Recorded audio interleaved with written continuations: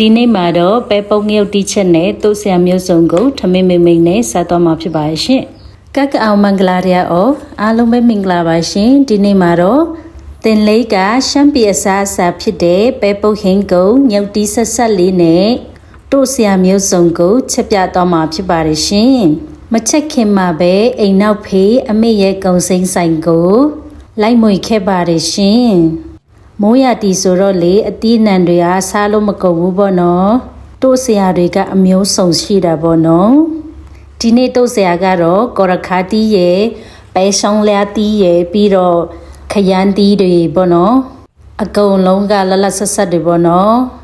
အမေရဲ့ခြံထွက်တီးနံတွေအာရပါရတို့ရတာပေါ့ရှင်ကြည့်ကြပါဦးပဲရှောင်းလျာတီးတချောင်းချောင်းကလည်းရှည်လိုက်တာကျမအရက်ထက်တောင်ရှည်အောင်မယ်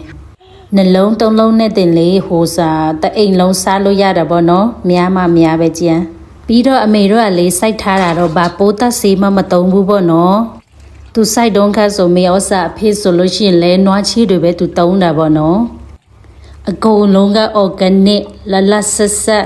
ပြုတ်ပြီးစားရင်လေအရသာချူအီစီပြီးတော့အရန်ကိုစားကောင်းတာနော်ဒါကတော့ချက်ဖုန်ငရုတ်တီးနဲ့ပဲပုတ်ကိုညက်နေအောင်ထောင်းရမှာဖြစ်ပါတယ်ရှင်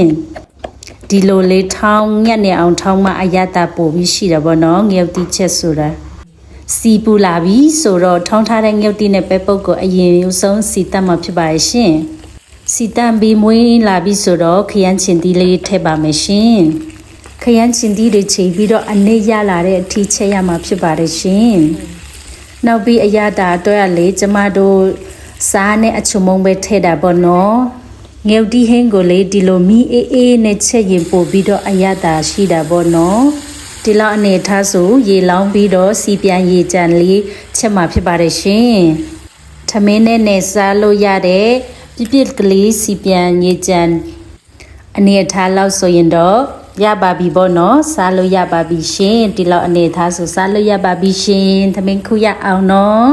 အညာဒေတာမှာသူများငပိရကျူနေသူ့ဆရာစားတယ်လို့ကျမတို့တောင်ပေါ်မှာလဲပဲပုံနဲ့ငုတ်တီကိုသူ့ဆရာတွေနဲ့ဒီလိုဖဖရရလေးစားပါတယ်ရှင်အလုံးပဲတင်လင်းတို့တဲ့အတူသမင်းစားကြရအောင်လို့ဖိတ်ခေါ်ပါတယ်ရှင်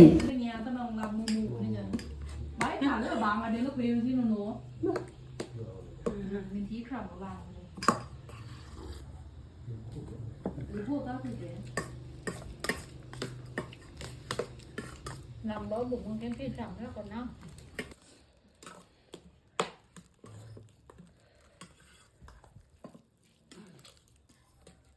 đi chìm nè sao này rồi mà các bạn nó phiêu du chìm nè